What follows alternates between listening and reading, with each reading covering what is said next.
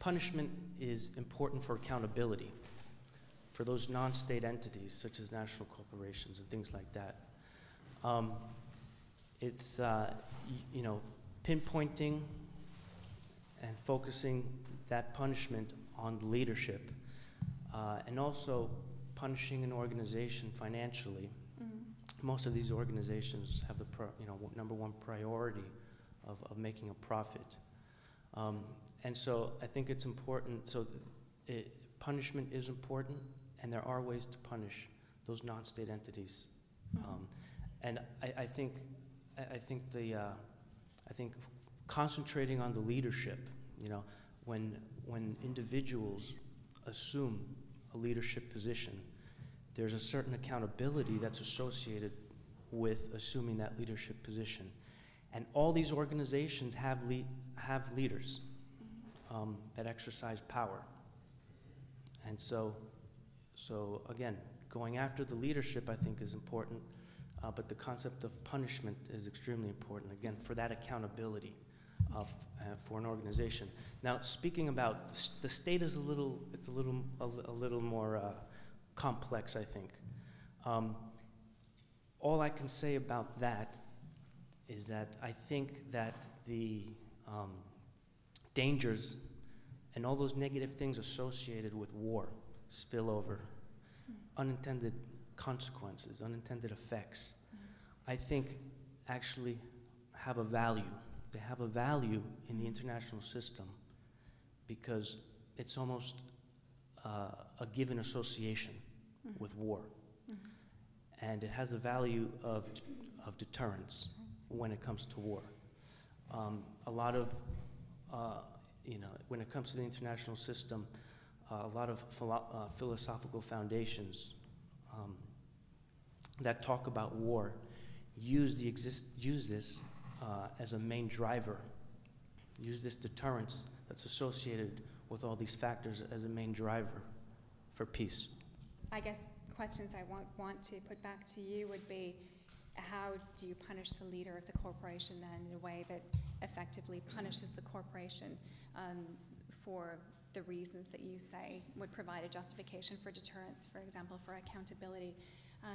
So how does one actually punish these leaders? You say that corporations do have souls to be damned. Are you actually then talking about the individual leaders? And is this, I guess I would still want to raise the disjuncture between then punishing the institution at the corporate level and punishing culpable individuals, because I've argued that you can still talk about certain individuals within the corporation having particular roles and having greater responsibilities because of those roles, and also being held to account for their discrete acts and omissions that resulted in some wrongdoing.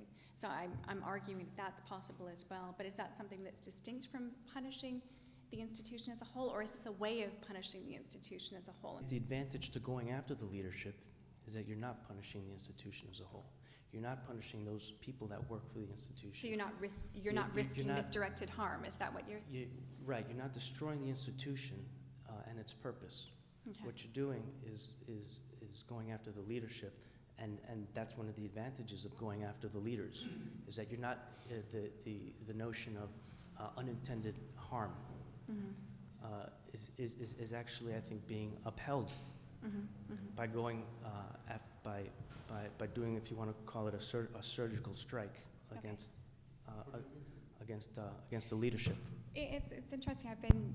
Even though I apologize for keeping this at quite a theoretical level, but I've been doing a lot of reading over the last while about specific proposals for how we actually punish institutions, and there are some proposals for, in the case of corporations, actually fining or targeting board members and leaders within the corporation, even if one can talk about sort of an institutional delinquency. So even if the wrongdoing is at the level of the corporation, the argument being that no one individual was responsible, even fully aware of exactly the wrongdoing that was produced by the corporation, that one should still target the leaders within the corporation. So that's an argument that's out there. So if I understand, your argument is that you're agreeing that we can talk about institutional delinquency. So it's not simply that individuals are morally responsible. We can also talk separately about the corporation as a whole being responsible, being delinquent in some sense. But an appropriate response would be nevertheless to target the leaders within that corporation. Is that right? Correct. Yeah. Correct. And in doing so, not punishing the notion of unintended consequences or spillover, not punishing the entire organization is an advantage, I think, of going after the leadership. First questions are about your definition of what is a delinquent institution. And I have here maybe two remarks about two possible criteria, and I wonder if they collapse with the criteria that you have listed, or if they fall out of your list of criteria. Yeah. And those two criteria are the very traditional sort of notion, concepts, and criteria for ethics. The first one is intention, and the other one is consequences. And I wonder if your definition of what is a delinquent institution involves measuring a level of collective intention and collective intentionality. People who work in the area of collective responsibility, some of them have argued, and I also argue to some extent, that there's a need here to measure the collective intention of the institution. Of course, I mean, it's more difficult to measure the collective institution or the collective intention of an institution than to measure the intention of a person. But I wonder if you agree with this criteria or not. And the other one is about consequences. About also, let's imagine an institution where you do have some problems with the epistemic capacity of the institutions. And so let's imagine that within an institution, you don't have the knowledge to measure the consequences of your decision. Do you think that this qualifies for a delinquent institution? Let's take the example, I don't know, a Pentecostal church in a sort of far region of Brazil, and they do things that we would consider something that's not so good. I mean, and but maybe they do not know that they are acting wrongly. They being the individuals within the institution. But there's an institution. I mean, clearly, I mean, anthropologists argue with this all the time. I mean, it's also a matter of universalism, but sometimes it's not only because the culture is different, but there's really a problem, an epistemic capacity problem. And I wonder if this is, for you, a criteria for, I mean, if you need to take into account whether when you decide if an institution is delinquent or not.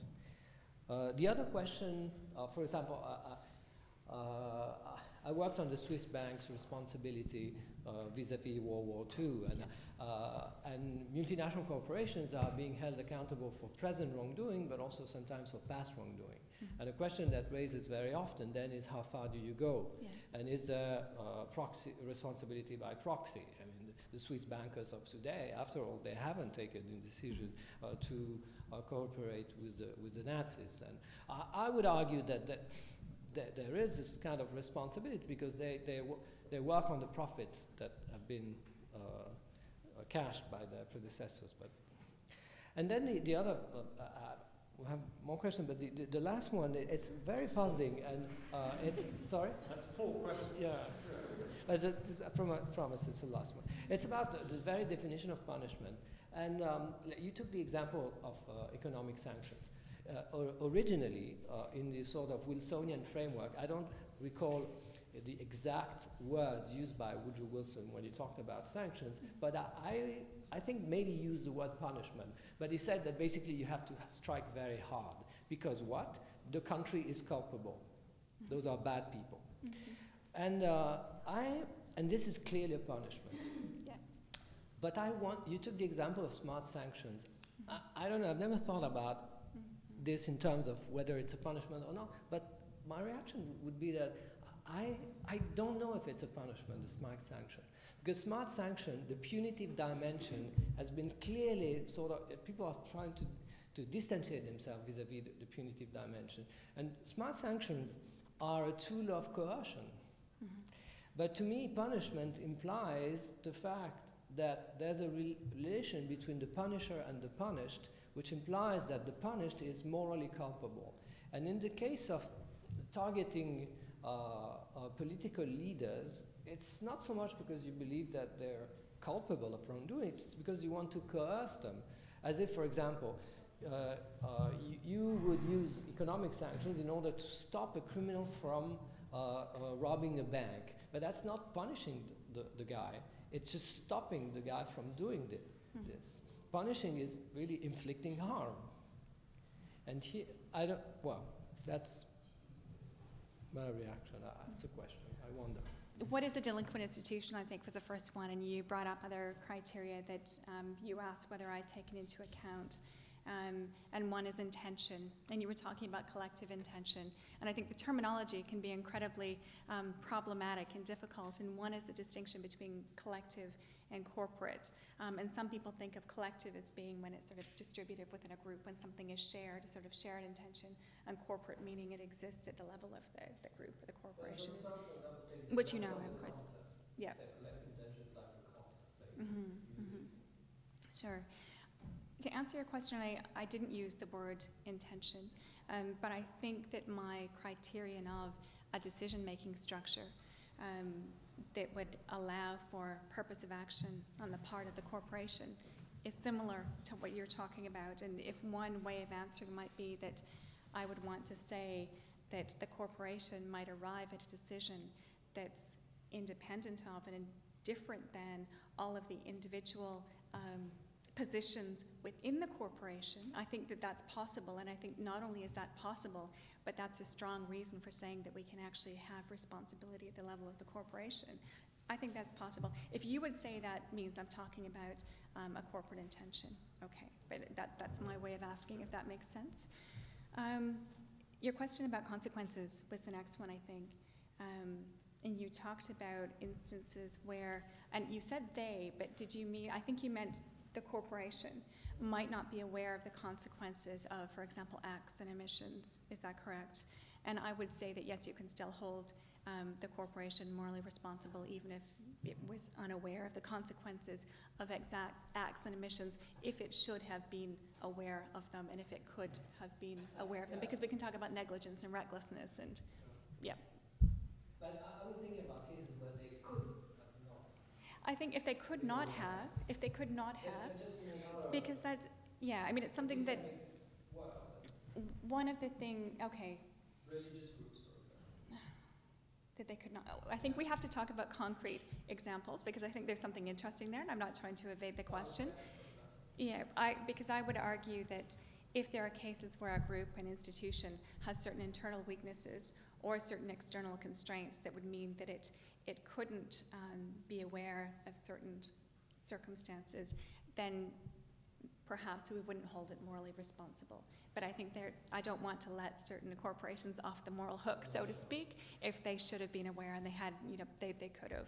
And it goes back to some of the work that I've done on the idea of the United Nations, the UN being morally responsible retrospectively for the genocide in Rwanda and not acting when it could have. And I think there are examples there about information that it could have had and that it should have had, and some individuals did.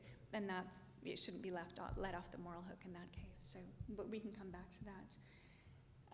You were talking about institutions being held responsible for past harms, and I think one of the criteria that I argue is that an institutional moral agent has to have an identity over time. And so I think that you're right to say that a certain banker within the institution might not be responsible for something that happened in the past before that person was even born, for example. But if we're talking about an institution that does actually have an identity over time, the institution can be held to account for some past harm. So that's a distinction I would make then. And your question, which I'll have to think more about, but the smart sanctions, whether they're a form of punishment, and I think I'll ask you more later about your definition of punishment, but you were talking about the purpose being deterrence and prevention, I think, but I think one's also talking about a culpable body as well, and I think that I would include that within my definition of punishment, but I'd like to hear more about why you've got a narrower definition than I do. So thank you, Ariel. I'm having a little issue processing the idea of a corporation totally separate from all of the individual parts.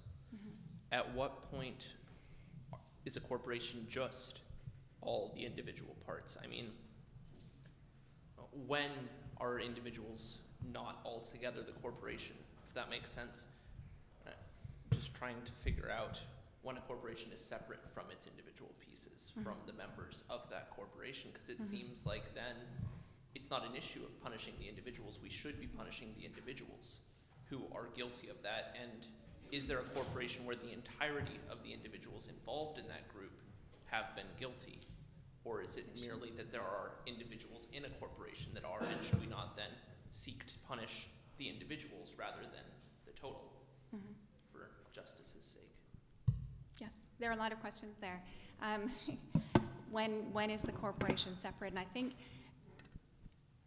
why I think it's important to be able to talk about institutional moral agency and responsibility and all of these issues is that I think there are instances when the group as a whole, because of a certain decision-making process, for example, in a culture within an institution, actually produces some outcome that none of the individuals within the corporation could have been capable of producing on their own. And when I was just answering one of Ariel's questions about what he was calling intention, and I was purposefully trying to avoid that, but this idea that you might also have the institution, the corporation, arriving at a decision that's also distinct from the position of all the individuals within that corporation. So we actually, I think that's why it's important to be able to talk about responsibility at the level of the corporation. But again, one of the caveats that I offered earlier was that this in no way, this idea that you can talk about responsibility at the level of the corporation doesn't preclude talking about the responsibility of all of the individuals within the corporation. And it's not one or the other. One can also talk at the same time about the responsibility of individuals within the corporation for coordinated acts and omissions that kind of contributed to the same outcome as well. I think your question about are there cases when all of the individuals within the corporation are individually responsible? Yes, there are. There are also cases where you might have certain individuals within the corporation responsible for some harm and the corporation also responsible. And I know this sounds incredibly complicated, but I think one can look at both levels at the same time. When we get to questions of punishment, this becomes important and also complex. Do you punish the institution? If all of the individuals within the corporation are also responsible, then it doesn't really matter if you have this sort of distributive punishment and misdirected harm, because you can punish both at the same time. The problem arises when you have individuals within the corporation who aren't individually responsible for the negative outcome.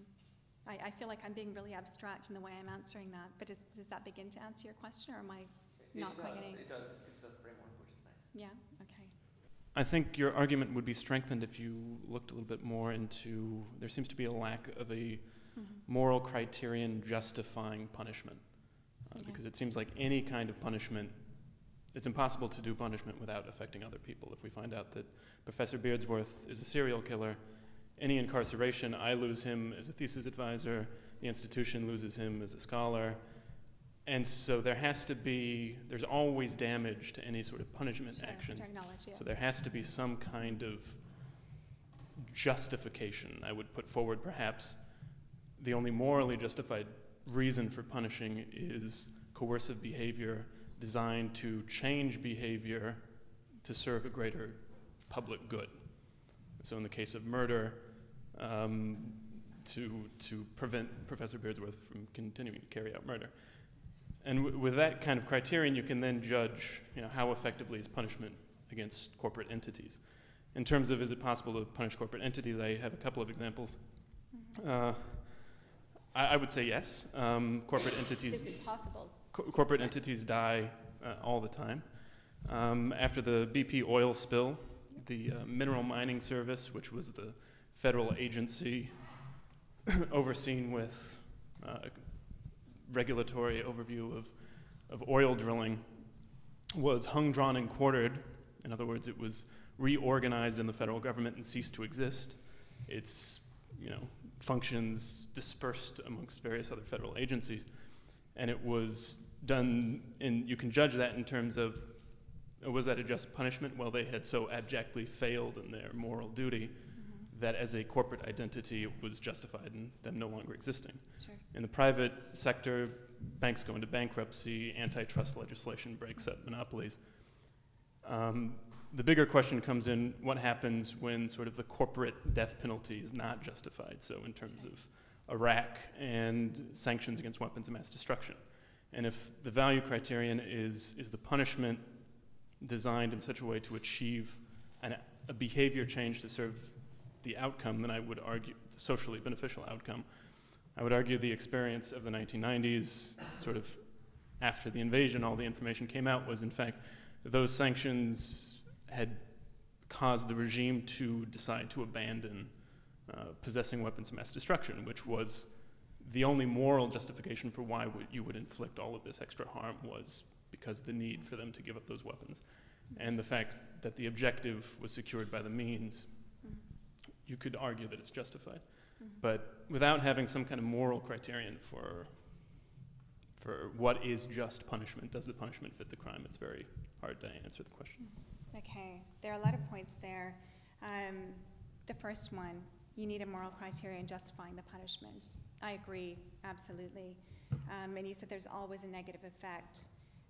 Yes, and I think that's one thing I was trying to get at with this idea that the overspill, there's always going to be a negative effect with any kind of punishment.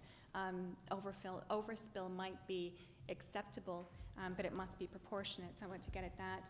But your point going back to what is the justification for punishment, and then that's important to answer before we go on to the next step, I think, is a good one. We can talk about justifications for punishment in terms of deterrence, in terms of rehabilitation, in terms of retribution. And I wonder if the difficulty with punishing institutions, perhaps it's not as difficult if we're just talking about deterrence, or if we're just talking, I would say, about rehabilitation. I think we can talk about rehabilitating certain formal organizations. We can talk about things like institutional learning. And if our motivation behind and the justification behind the punishment is either deterrence or some sort of reform, rehabilitation, institutional learning, then perhaps that's less problematic in some respects. I think that if our motivation or justification is retribution, then I think that does become problematic in the way that I, anyway, understand these formal organizations. And sometimes I'm concerned maybe there's a slight contradiction in my thinking, although I want to try to get around that, because I argue that certain formal organizations are moral agents, so they have certain capacities that allow them to bear duties. But I also want to say that they're not moral patients. Moral patients have rights, they can suffer, and most philosophers would probably tell me that if something's a moral agent, it has to be a moral patient. I want to say that these formal organizations are moral agents, but not moral patients, and maybe that is where the sort of idea of retribution as a justification for punishment becomes problematic when one is talking about formal organizations. What I would then want to argue is that I'm adopting a sort of negative retributive argument, in the sense that I'm not saying that retribution is a justification for punishment, but that we can't have a just punishment if innocents are being harmed or negatively affected. So that's where the retributive aspect comes in.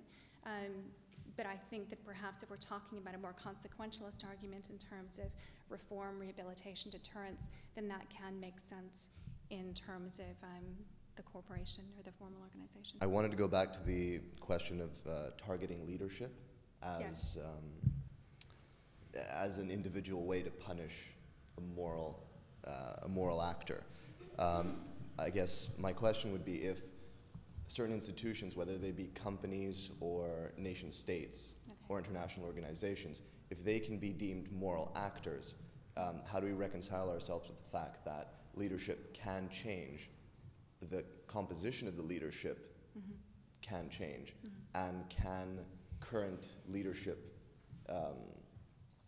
groups be condemned by the actions of previous leadership groups within the same moral entity vessel.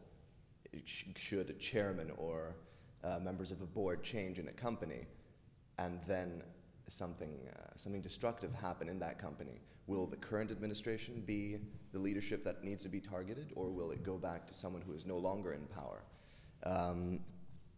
In my mind, in a sense, it's impossible perhaps to separate the leadership from the effects that targeting the leaders would have on those members of their institutions, of their organizations, of their companies, of their nations, from what you termed overspill effects.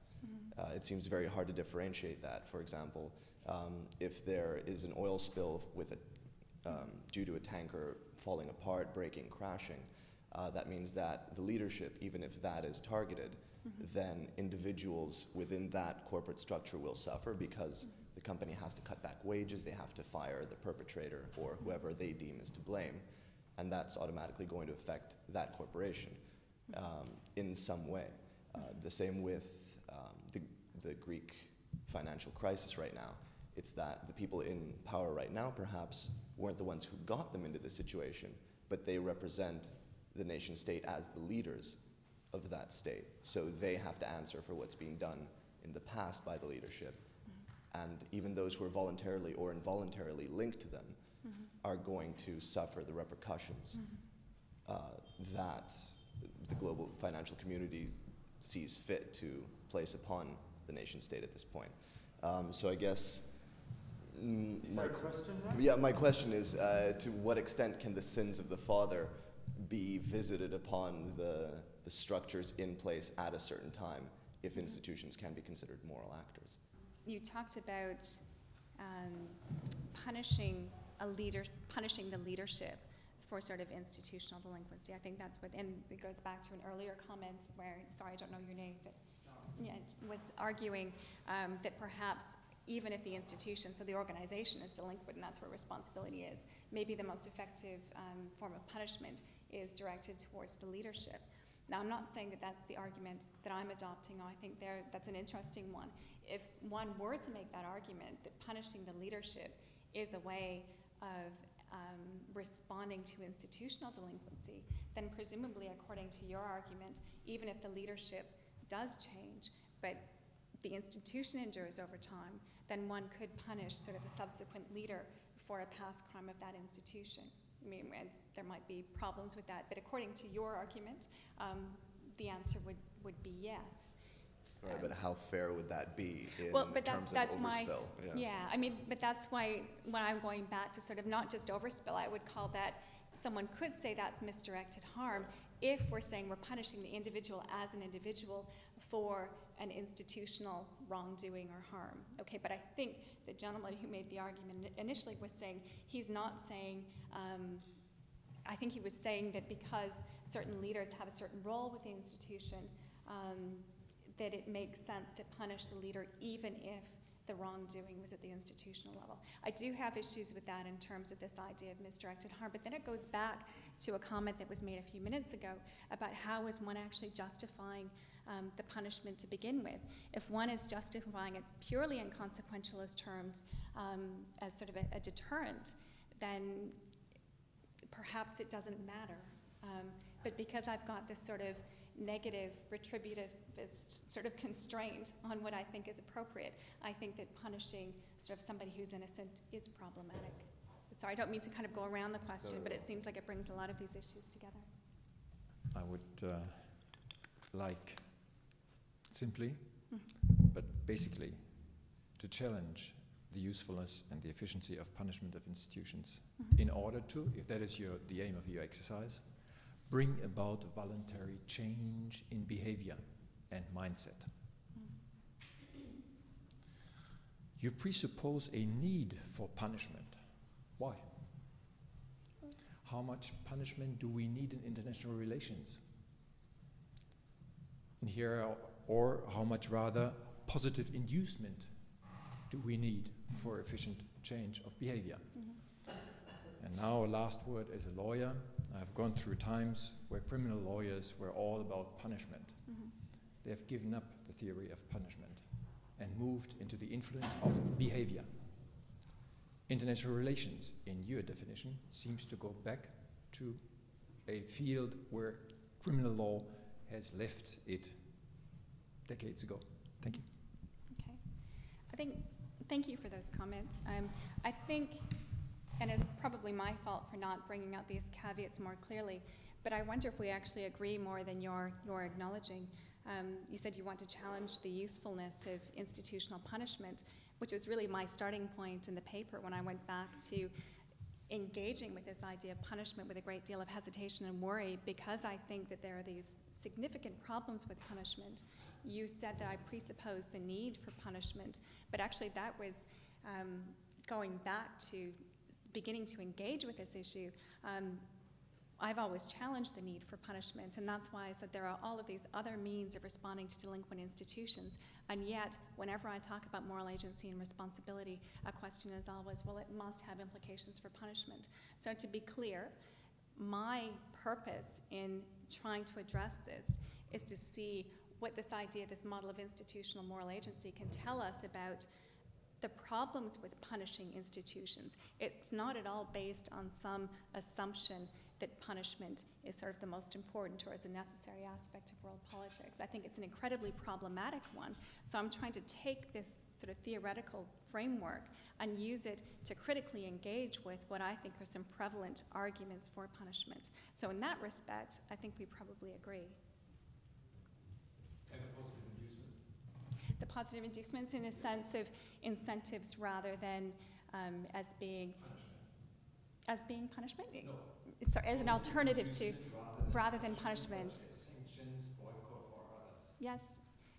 Are you saying that these positive inducements are a more effective way of getting institutions to reform or change? I think I probably agree with that. And that's what I started with. But that was how I started with the talk, with the question, that I think it's something, because one of the responses that I've had when I've said, well, I think we can talk about institutions as moral agents, I think we can talk about them as bearers of duties, I think we can talk about blaming them in a coherent way. People have come back and said, well, if you can do all of those things, you have to engage with punishment. I think that punishing institutions is incredibly problematic for the reasons that I gave, but I also want to argue that that doesn't necessarily undermine the idea that institutions can have duties and responsibilities and we can hold them to account. So that is what I want to argue and to get across. I'm still interested in the idea that we might have some forms of institutional punishment that might be more acceptable than others. But I think that you're absolutely right in terms of my project as a whole. I'm interested more in this idea sort of a retrospective understanding of responsibility, and that when we look back and see, well, what went wrong, why did it go wrong, what went wrong within an institution to result in some harm, that the purpose is also a forward-looking one, and seeing what we can do to reform, redesign, rehabilitate the institution, sort of spark some sort of institutional learning so that it doesn't happen again. So my primary focus is not the retrospective, punitive one, although it is a question that I think I need to answer. So I like the direction that this is going, certainly, because I agree that while punishment may be something that's been used in the past, I think that there are creative solutions that can be made to, have some kind of positive reinforcement, as Professor Walewski is arguing for. But I think it also brings up other problems, like you were just talking about the example of Greece. It seems like that's an example where we're trying to have some kind of policy change for the future to hold that institution accountable for their actions in the past. And that would almost allow for more potential of bias in some way for the institutions that are placing those policy restrictions on that institution because of the necessary political nature of the international realm.